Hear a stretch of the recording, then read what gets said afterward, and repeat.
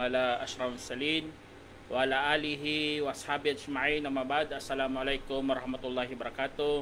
Mga kapatid sa Islam, inshallah nandito naman po tayo para magbigay ng dami kong pagpapayo patungkol ito sa panganib ng maidulot ng syirkul akbar na sa sobrang pagmamahal.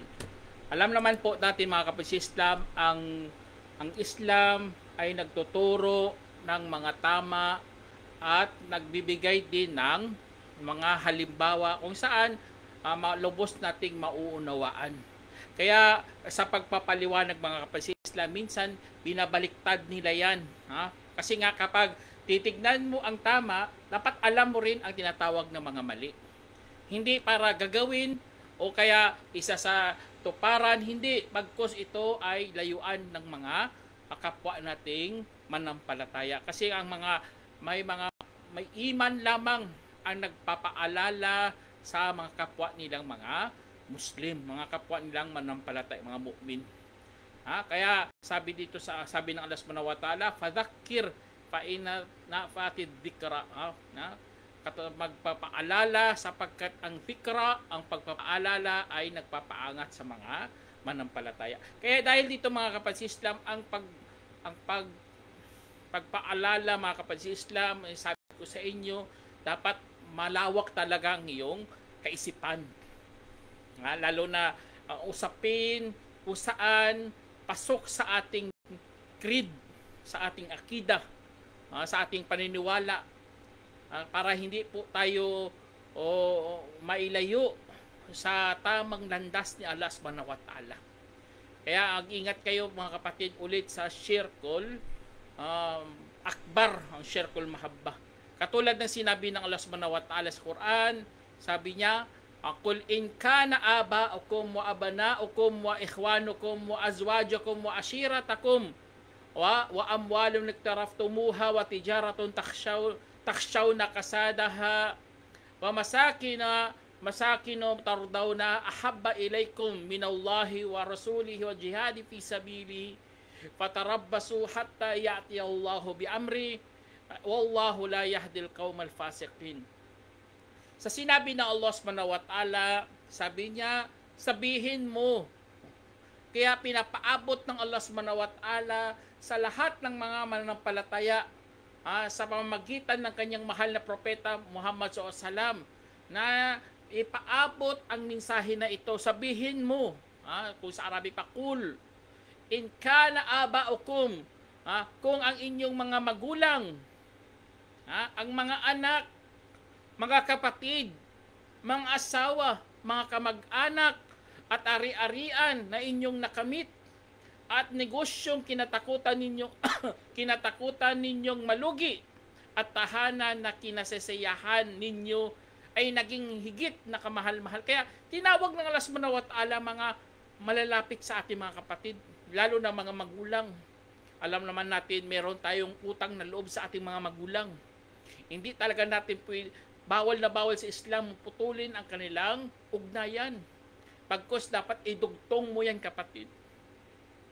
Lalo na ang kapatid, anak, asawa, kamag-anak, lahat ito ating sinasabayan pang araw-araw, kahit malalayo, dinudugtong natin, nagbibideo call po tayo. Pero dapat meron talagang hangganan dito mga kapatid.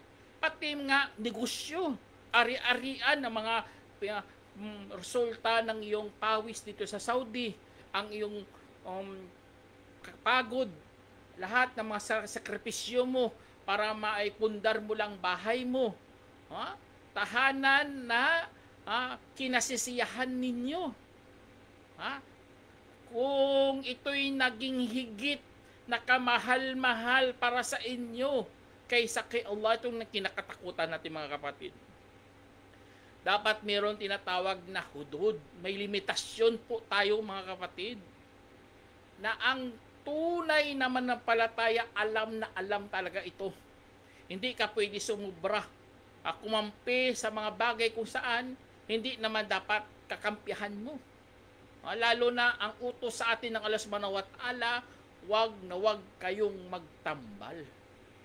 Sabi ng Allah subhanahu wa ta'ala, sabi niya, wa ma khalaqtul jinna wal insa illa liya'budun. At hindi ko nilikha ang mga engkanto at mga tao kundi upang sasamba sila sa akin. Itong napakalinaw na pagkasabi ng Allah subhanahu wa ta'ala na siya lang po ang gawing isa sa pagsamba. At dito, papasok dito mga kapatid, ang pagmamahal.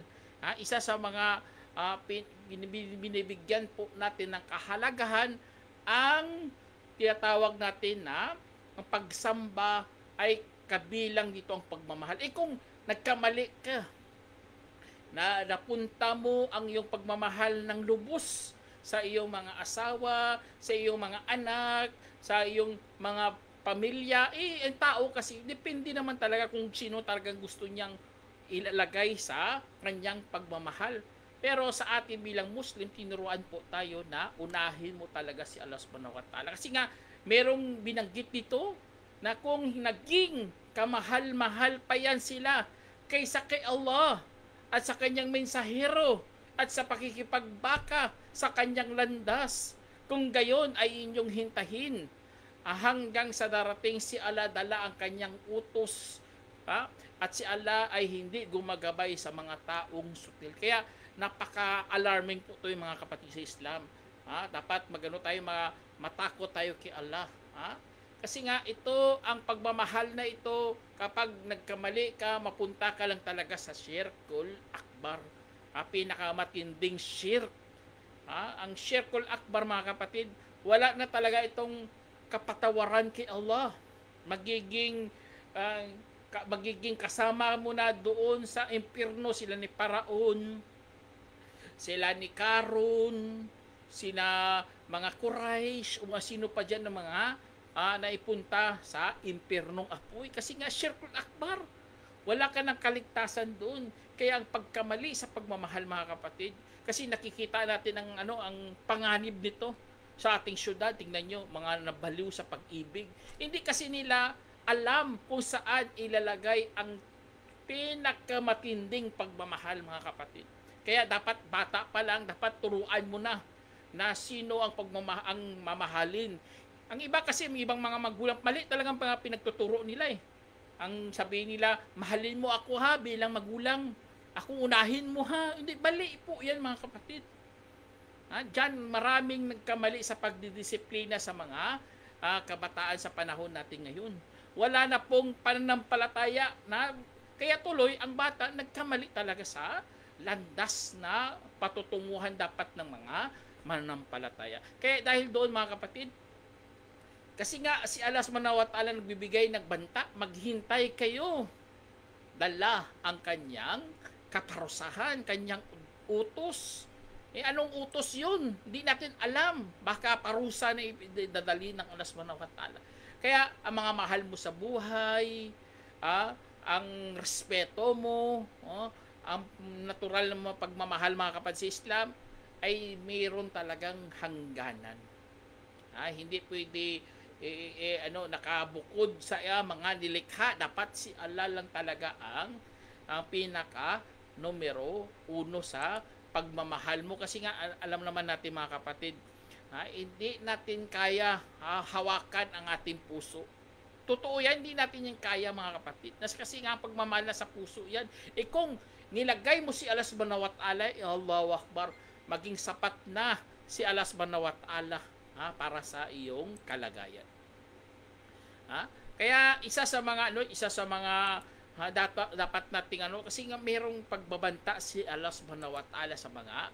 Kaya kapag ikaw nagkamali sa pagbuhos ng iyong pagmamahal, tingnan nyo sa mga balita, puro love triangle, love of passion, crime of passion, ganun.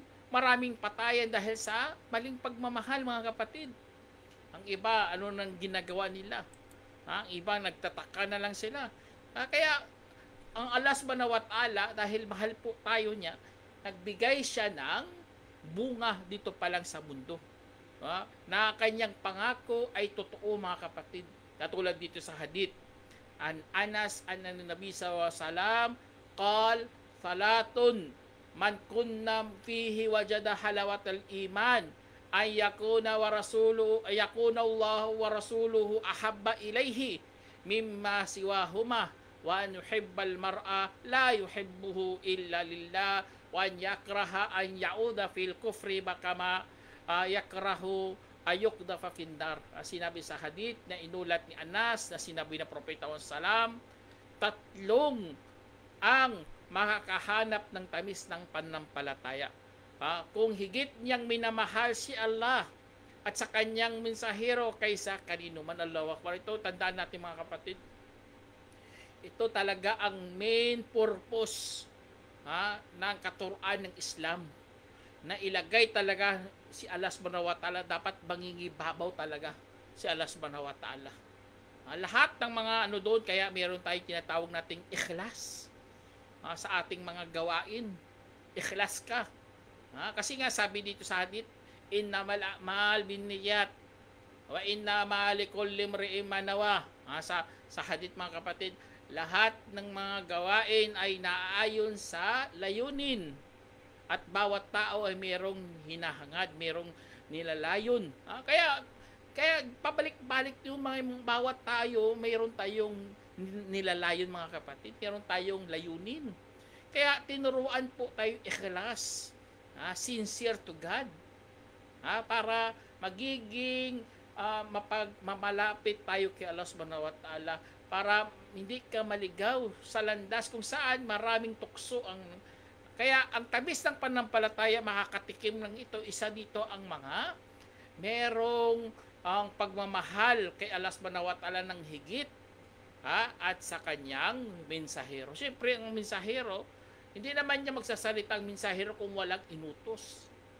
Siya po ay tagapaghatid lang ng magandang balita.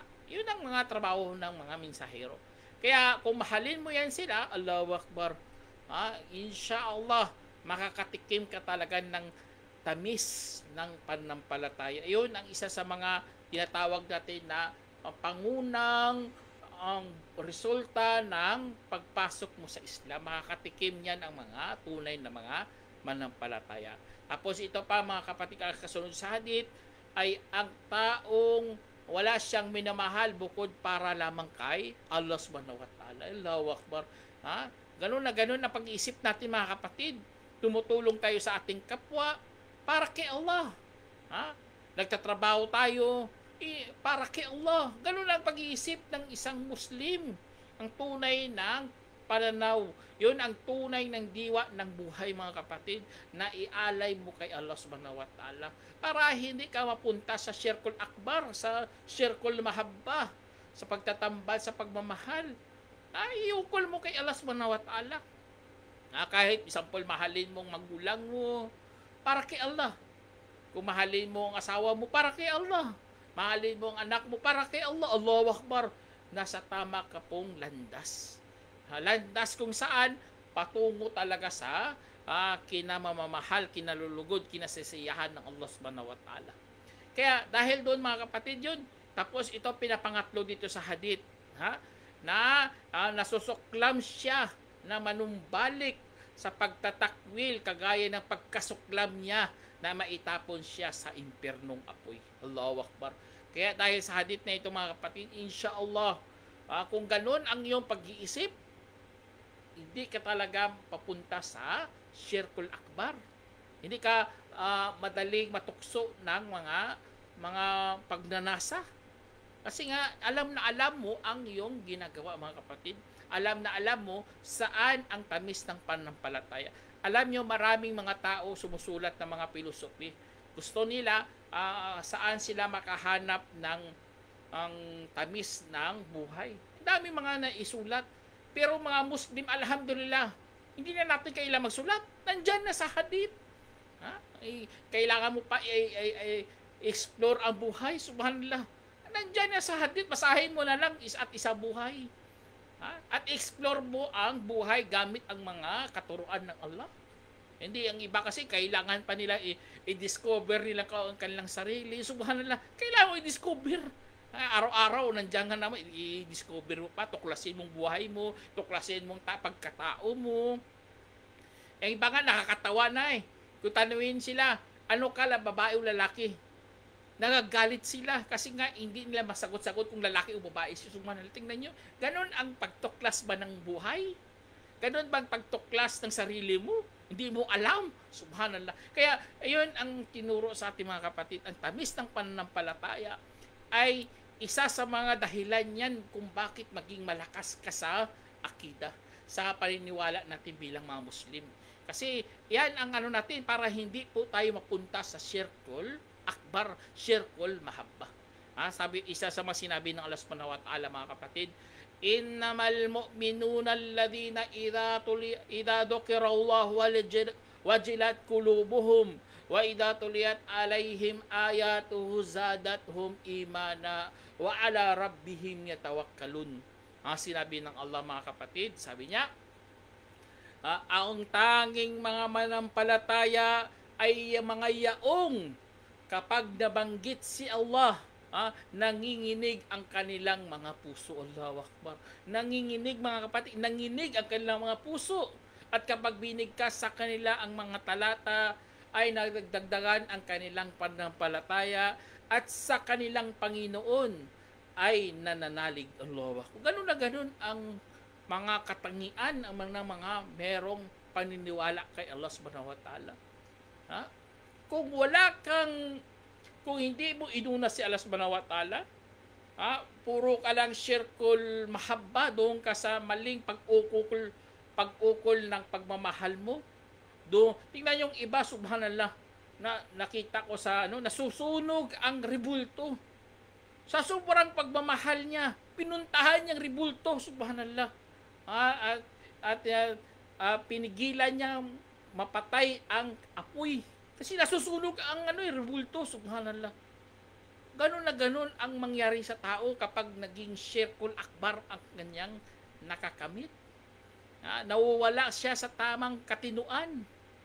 Parang nababaliw siya. Parang hindi niya alam ang kanyang ginagawa. Meron nga doon sa amin subhanallah, pagsakay ko sa barko, nagtanong ako sa babae, sabi ko, may meron ba ditong baha?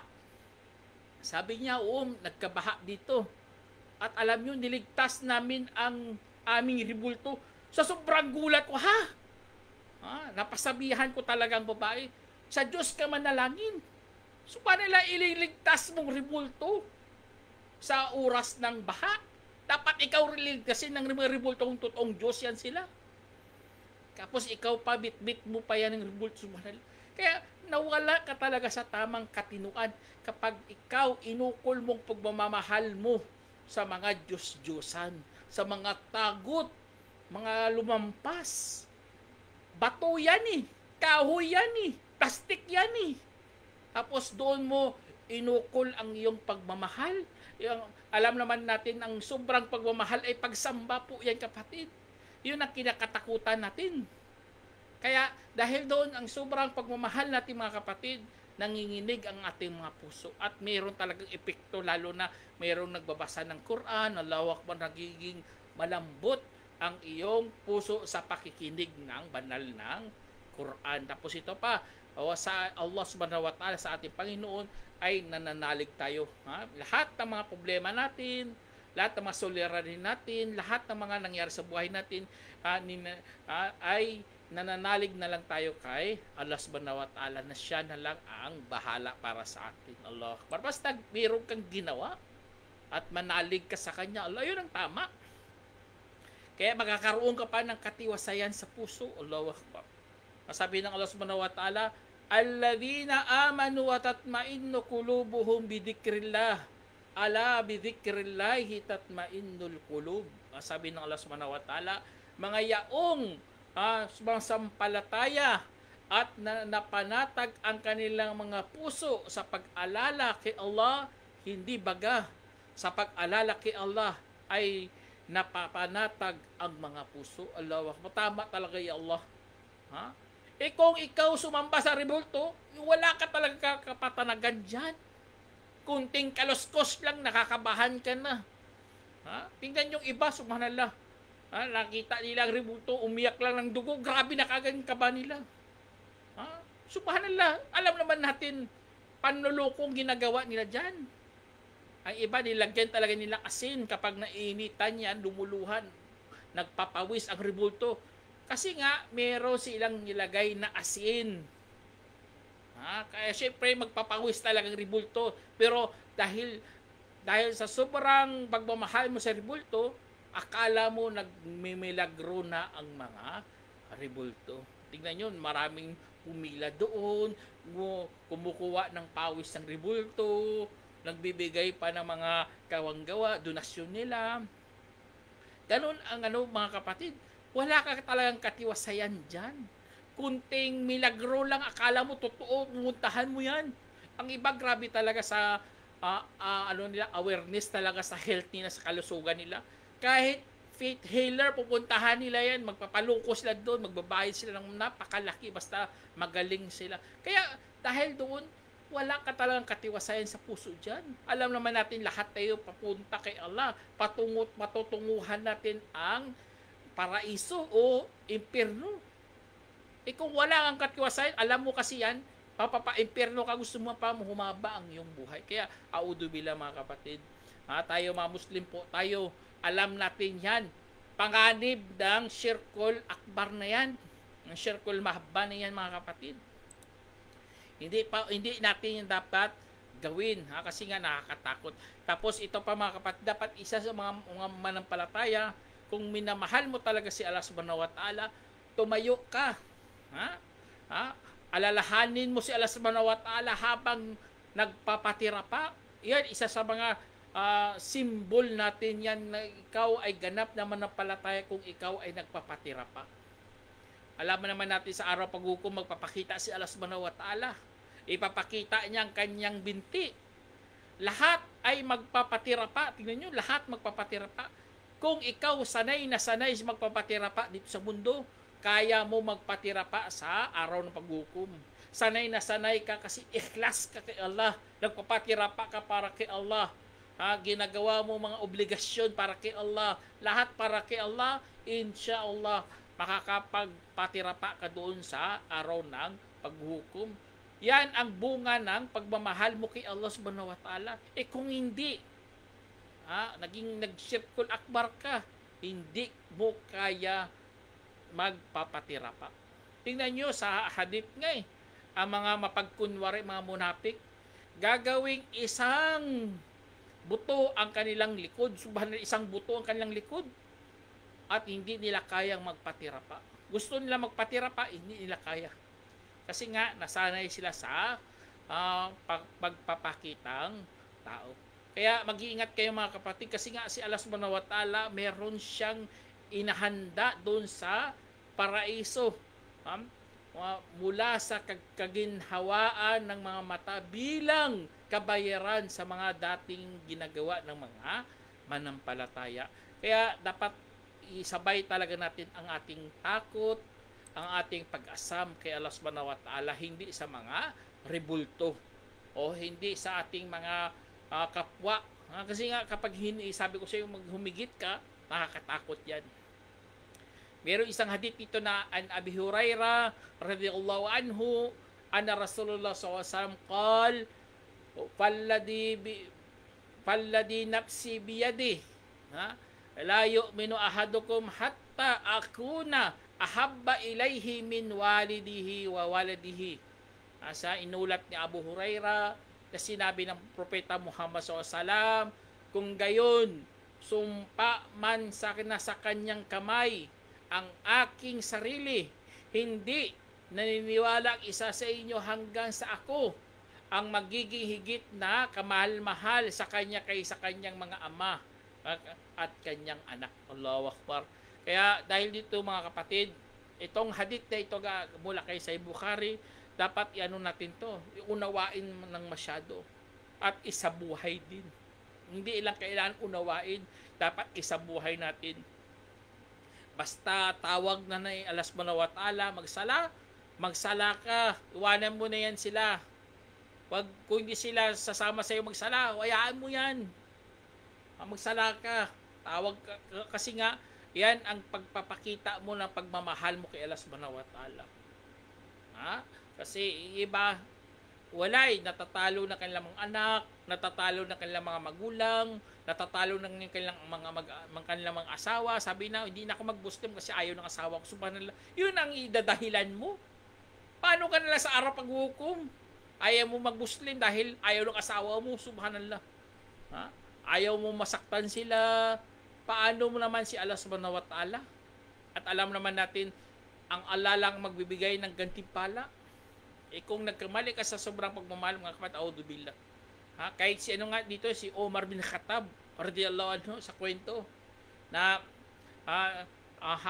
pumasok sila, nakita ni Abdullah bin Hisham, na magkasamang propeta Muhammad salam at si Omar, habang hinahawakan niyang kamay ni Omar. Kaya sinabi ni Omar, radiyallahu anhu, o mensahero ng Allah, tunay na ikaw ay ang pinakamamahal sa akin kaysa lahat ng bagay, bukod pa sa aking sarili. Tingnan niyo, bukod pa sa aking sarili. Lahat, si Prophet Salam, pero niya pa, tinangin niya pa ang kanyang sarili. Kaya sabi ng Prophet Salam, hindi. Sumpa man sa yaong nasa kanyang kamay ang aking sarili. Hindi hanggang sa ako ang magiging pinakamamahal sa iyo o kaysa sa iyong sarili. Sinabi ni Omar sa kanya, kung ngayon, sumpa man kay Allah, ikaw na ang pinakamamahal para sa akin kaysa sa aking sarili. Kaya sinabi ng Propeta Salam, Al-an ya Umar. Ngayon yan na ya Umar. Sinaysay ni Bukhari. Kaya mga Islam, inshallah, meron pong tayong makakuhang leksyon dyan na mahal natin talaga si Allah subhanahu wa ta'ala at kanyang mensahero sa salam. Doon lang, basta ilagay mo lang sa numero number 1 si Allah, pangalawa si Prophet Muhammad salam, inshallah sa tamang akida ka, sa tama kang relihiyon. Inshallah, makakapasok ka pa sa paraiso ng Allah subhanahu wa ta'ala. Hindi ka maligaw.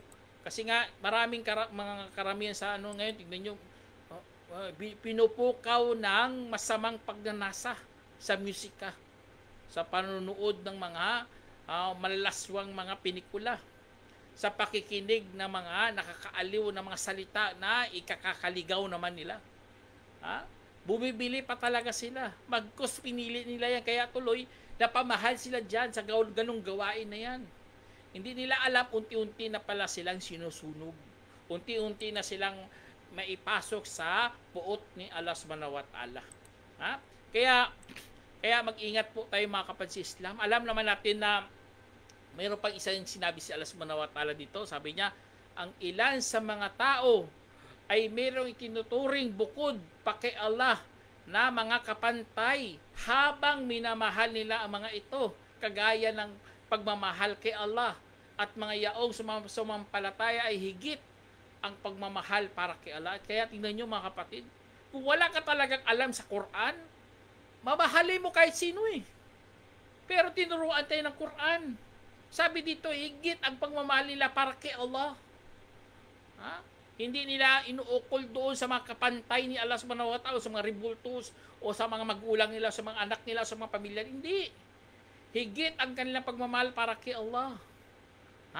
Katugtog dito. At kung makikita mo mga yaong ng api, makikita nila ang kaparusahan na talagang nasa kay Allah ang buong lakas. At katotohanan, si Allah ay mahigpit sa pagpaparusa nang itinatwa ng mga yaong sinundan ang mula sa mga sumunod. Subhanallah, ito nakakatakot sa lahat mga kapatid. Ang mga tao na sinusundan ng mga tao, sample lang mga musikero, mga sikat, marami silang mga followers sa Facebook, sa YouTube, sa Twitter. Ano mangyari? Itatwa yan sila. Ibig sabihin, hindi sila papansinin. Kasi nga nakita nila ang kaparusahan. Itong nakakatakot kapag nakita mo kaparusahan, bahala ka sa buhay nyo. Followers ko kayo, bahala ka sa buhay nyo. Ay liligtas ko ang aking sarili at naputol sa kanila ang mga ugnayan. Allah musta'an, naputol ang mga ugnayan.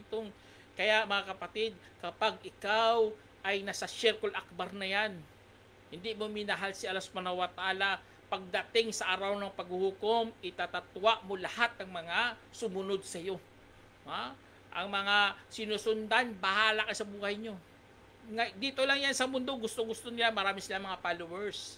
Pero sa araw paghukom, wala yan. Kasi nga alam nila, pagdating sa araw paghukom, isusumpa sila ng mga taong sumunod sa kanila. Kaya madagdagan lalo ang kanilang kaparusahan. Kaya ipuputol talaga nila yan. Hindi nila yan, tingnan nyo sa sinabi dito ng Allah subhanahu wa ta'ala, وَقَالُوا رَبَّنَا إِنَّا أَطَعْنَا سَادَتَنَا وَكُبَرَاءَنَا فَأَضَلُّونَا السَّبِيلَ رَبَّنَا آتِهِمْ ضِعْفَيْنِ مِنَ الْعَذَابِ وَلْعَنْهُمْ لَعْنًا كَبِيرًا. Sabi dito ng Allah, at sila'y nagsabi, O aming Panginoon, katotohanan, aming sinunod ang aming mga pinuno at mga nakakataas sa amin. Kaya't iniligaw nila kami sa landas. O ang Panginoon, bigyan mo po sila ng 2 beses na kaparusahan at sumpain mo nawa sila ng napakalaking sumpa. O dubilin na itong nakakatakot mga kapatid sa mga followers, mga blind followers. Ha? Akala mo napakasaya yan kung ikakagalit naman ng Allah subhanahu wa ta'ala, susumpain mo yan lahat ng mga sinusundan nyo. O mga ribulto man yan, o idolo mo, sino pa dyan, artista man yan, o mga bagay man yan, o dibila. Kaya sana ingat po tayo, huwag tayong gumagagawa ng mga circle akbar. Inshallah, sana meron kayong napulot ang aral mga kapatid. Hanggang dito na lang. Assalamualaikum warahmatullahi wabarakatuh.